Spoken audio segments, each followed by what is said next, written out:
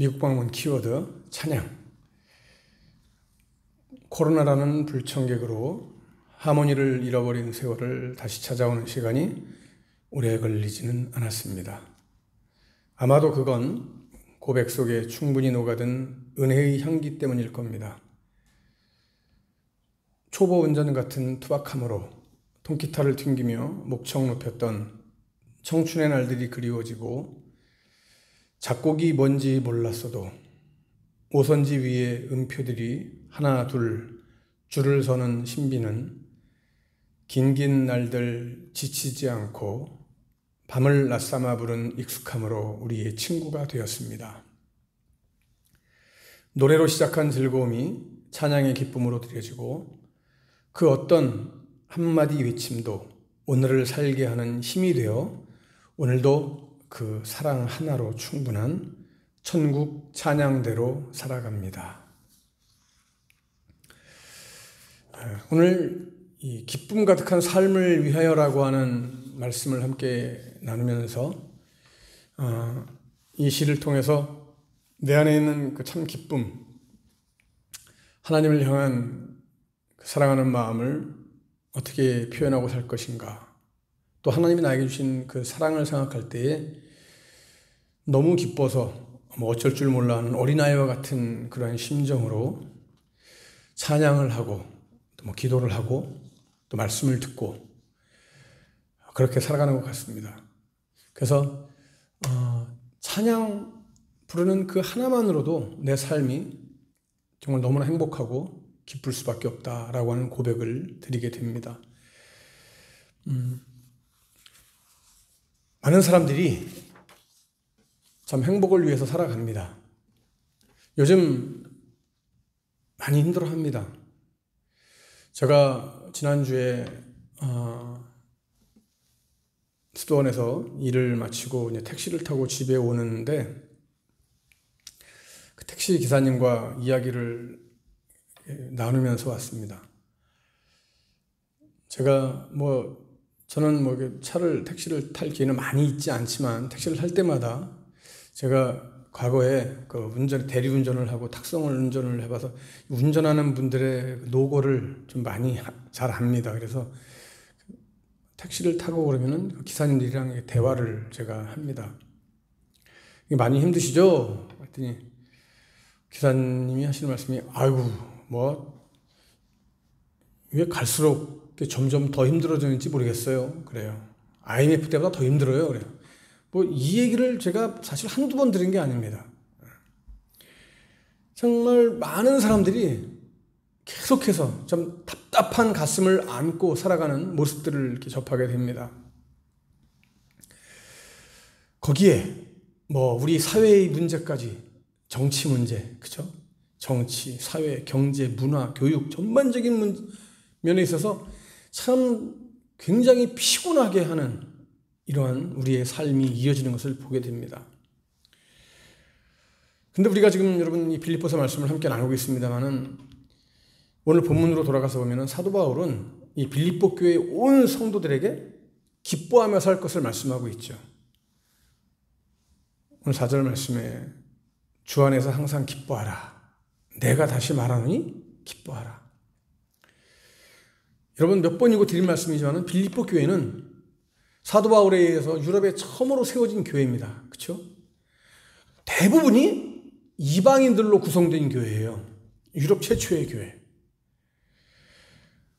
여러분도 짐작하시겠습니다만은 최초로 세워진 교회이기 때문에 여러분 얼마나 이게 어려움이 많겠습니까? 게다가 로마의 식민지로 정치적, 경제적으로 어려움을 겪고 있었고, 교회 안에서 우리가 지난주에도 함께 말씀을 나눴지만은 분열과 또 여러 가지 요인으로 인해서 성도들은 좀 힘겨운 신앙생활을 하고 있었습니다. 그런 성도들에게 지금 사도 바울이 말하고 있는 거예요. 기뻐해라. 내가 다시 말한다. 기뻐해라. 여러분 이 기뻐하라고 하는 말을 한번 생각해 보세요. 참 좋은 말인데, 그죠? 기뻐하는 게 좋은 말이잖아요. 그런데 오늘 사도 바울이 말씀하고 있는 현재의 상황, 빌립보 교회의 상황, 또 자신의 상황을 놓고 볼 때는 이 굉장히 참 기가 막힌 소리입니다. 왜?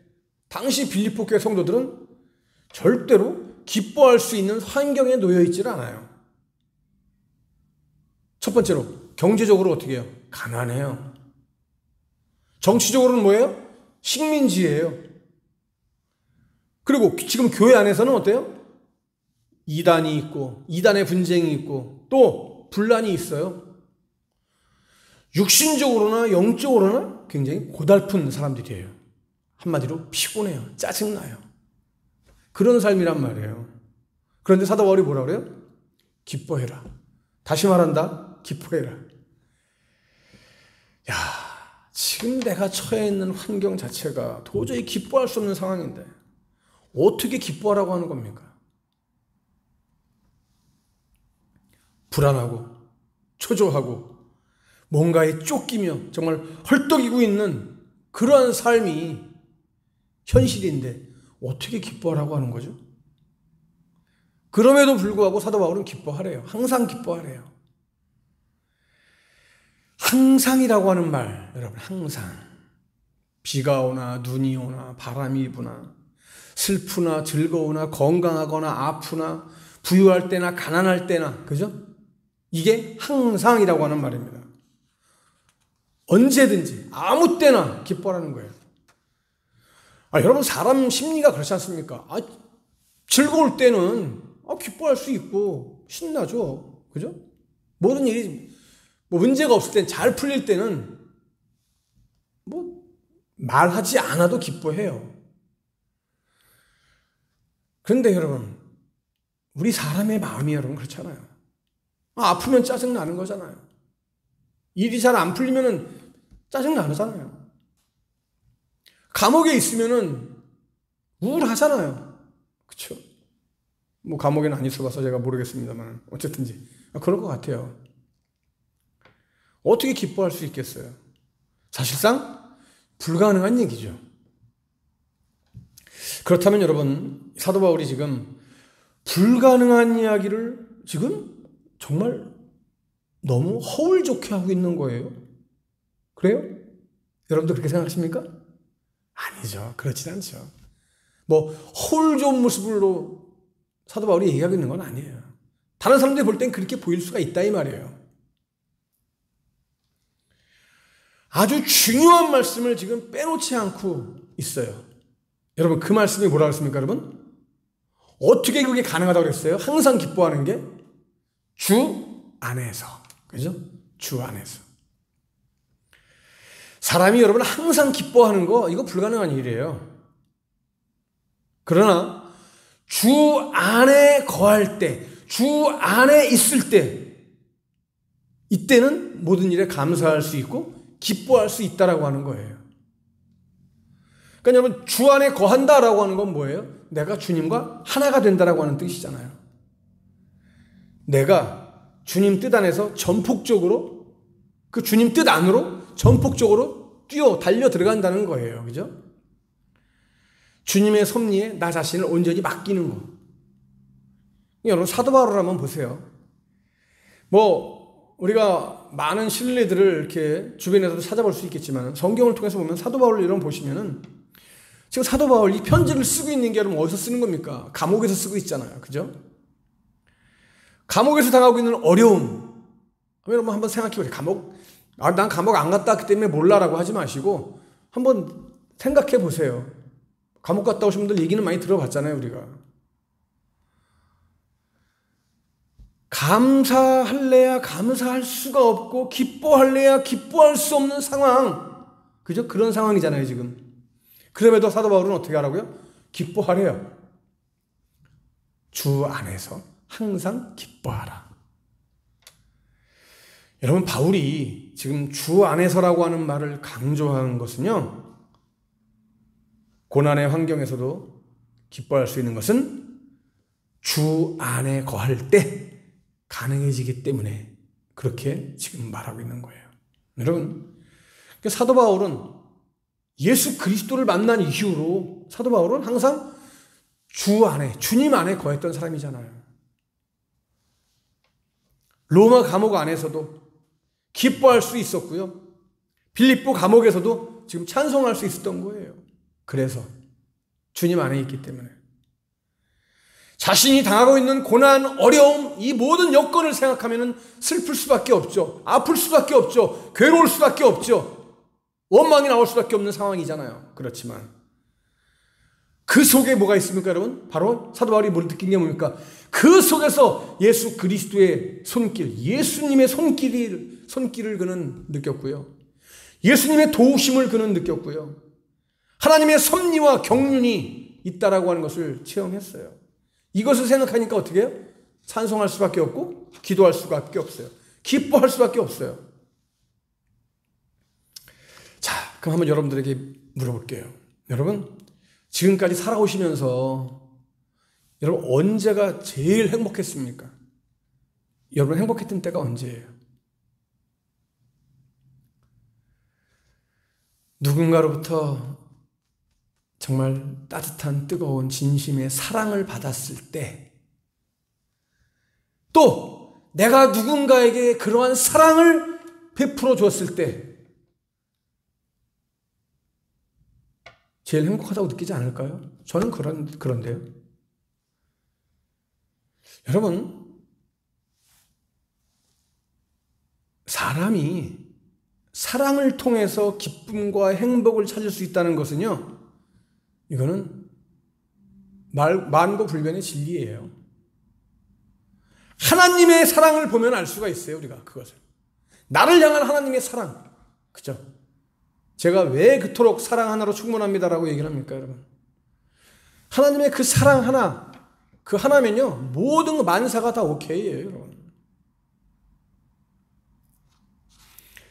자, 그러면 우리는 하나님의 사랑을 받은 우리는 이 땅에서 지금 살아가고 있잖아요. 자, 그럼 여러분, 우리들의 사랑은 어디서 시작됩니까, 여러분? 기본적으로. 그쵸.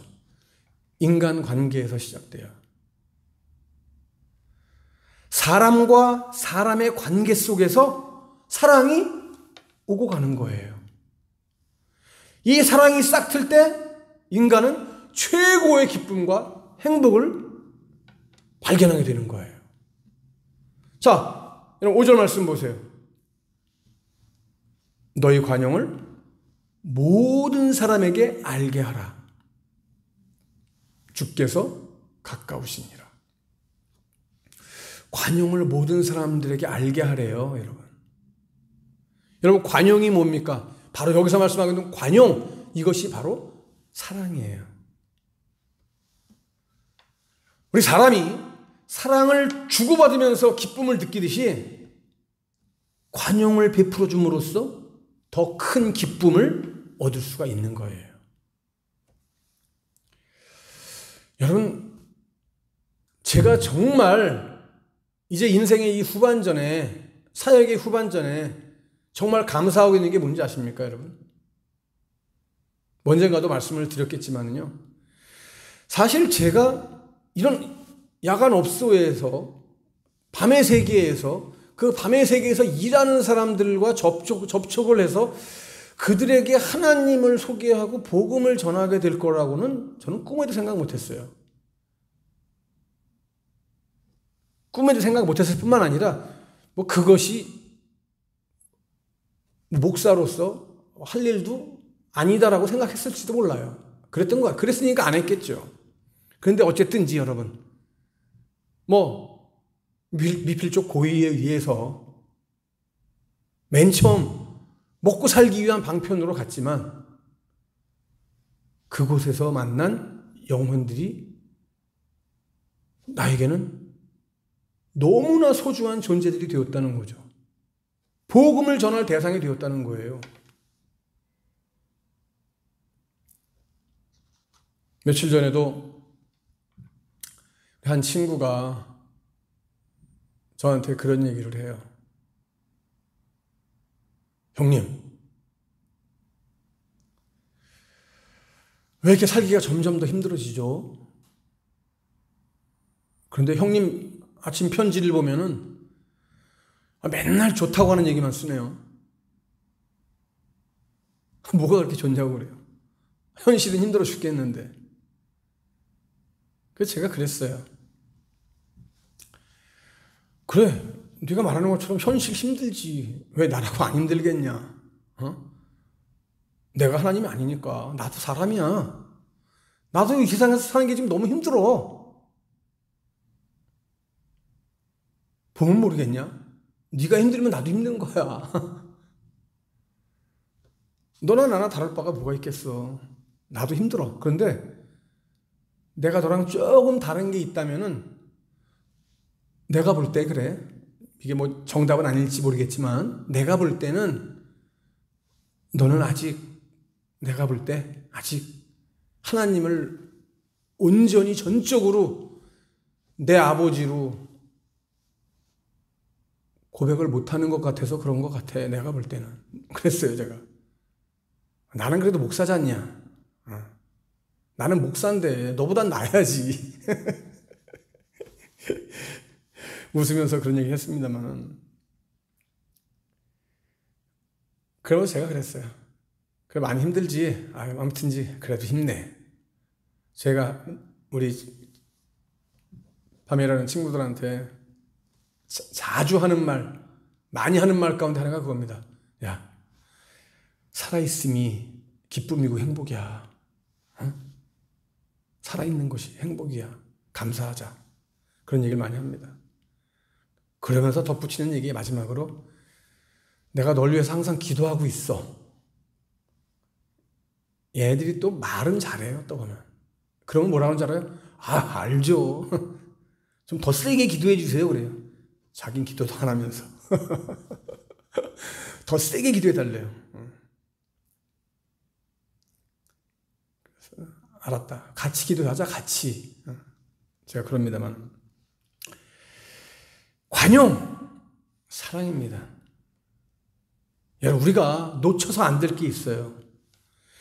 오늘 4절 말씀에 나오는 항상 기뻐하는 것, 이것과 5절 말씀에 나오는 관용을 베푸는 것, 사람들에게 관용을 베푸는 이것은요, 두 가지는 서로 떼어놓을 수 없는 관계라고 하는 것을 여러분 알아야 됩니다. 즉, 우리가 기쁘게 살기 위해서는, 행복하게 살기 위해서는요, 관용을 베풀어야 되고, 관용을 베풀므로써 기쁘게 살 수 있다고 하는 얘기예요. 다시 말하면 내가 기쁘게 살기 위해서는 사랑을 해야 된다는 소리예요. 정말 사랑을 하게 되면 기쁠 수밖에 없다는 얘기입니다. 사도 바울은 오늘 4절에서 항상 기쁘게 살 것을 우리에게 지금 권면하고 있어요. 그래서 5절 말씀에서는 정말 사람이 기쁘게 살 수 있는 방법 가운데 하나가 뭐냐? 관용이다, 관용. 사랑이다, 사랑. 이걸 말씀하고 있는 거예요. 헬라어 원문에 보니까 이 관용은요, 에피에이케스라고 하는 말로 나와 있어요. 에피에이케스. 이 원문의 뜻이 뭔지 아세요, 여러분? 박해를 받으면서도 온유함을 잃지 않는 것이 에피에이케스, 바로 이 관용이라는 뜻이에요. 야, 이 대단하죠, 여러분. 박해를 받고 있는데 온유한 마음이 사라지지 않는다? 이걸 잃지 않는다? 쉽지 않잖아요, 여러분. 상식적으로. 사람은 한 대 때리면 이게? 하고 이게 본성 아닙니까? 한 걸음 더 나가서요. 나에게 손해를 끼치고 해롭게 하는 사람들을 용서하는 것이 바로 에피에이케스, 관용의 원문의 뜻이에요. 만약 여러분이 미워할 수밖에 없는 사람이 있다고 한번 생각해 보세요. 내 마음에 여러분요, 내 마음에 원수가 있다는 건요, 이건 나로서는 비극이 아닐 수가 없습니다. 비극입니다. 왜? 그 사람이 생각할 때마다 가슴이 벌렁벌렁거려요. 그 사람 생각하면 먹다가도 막 소화가 안 되고 체해요. 잠도 편하게 잘 수 없어요. 미워하면 미워할수록 마음의 병은 점점 더 깊어져 갈 수밖에 없는 거 아닙니까? 마음의 병은 어떻게 해요? 마음의 병은 끝내 나의 몸의 병까지 갖다 주는 거예요. 원수한 사람 때문에 기쁨도 잃어버려요. 행복도 잃어버려요. 내 삶의 의미조차도 자꾸만 희미해져 가는 거예요. 그래서 우리 주님께서 여러분 뭐라고 말씀하세요, 여러분? 원수를 사랑하라. 오늘 본문에서 사도 바울은 관용을 모든 사람에게 베풀어라, 이렇게 말씀하고 있는 거예요. 관용을 베푸는 것, 이것은 사람이 기쁘게 살 수 있는 최상의 방법인 거예요, 여러분. 주님의 이름으로 관용을 베풀고 주님의 사랑으로 용서할 때 내 마음에는 사라졌던 평화가, 기쁨이 다시 찾아오는 거예요. 잃어버렸던 기쁨이 찾아오고 멀어졌던 행복이 다시 나에게 다가오는 것을 여러분 믿으시기 바랍니다. 오늘 관용을 모든 사람에게 베풀어라, 알게 하라, 이 말씀을 여러분 마음에 깊이 새기세요. 모든 사람 안에는 누구도 포함된다고요? 원수도 포함되는 거예요. 정말로 용서하기 힘들고 용서가 되지 않는 사람이 원수잖아요. 그죠? 그러나 나 자신을 위해서라도 원수를 용서해야 되는 것은 관용을 베풀므로써 기쁨이 찾아오고 평화가 찾아오기 때문입니다. 여기까지, 아직까지 여러분 내 마음에 미움이 자리 잡고 있는 사람이 누구인가 한번 여러분 생각해 보세요. 분명한 것은요, 미움이 클수록 여러분의 기쁨은 멀리 도망가 있을 겁니다. 그렇죠? 이 시간 주님의 이름으로 그 사람을 용서하세요. 주님의 이름으로 미움을 용서로 바꾸고 주님의 이름으로 원망을 관용으로 감싸 안을 수 있는 저와 여러분 될 수 있기를 간절히 축복합니다. 바로 그 순간부터 나의 마음에는, 여러분의 마음에는 기쁨과 평안이 찾아오게 될 줄로 믿습니다.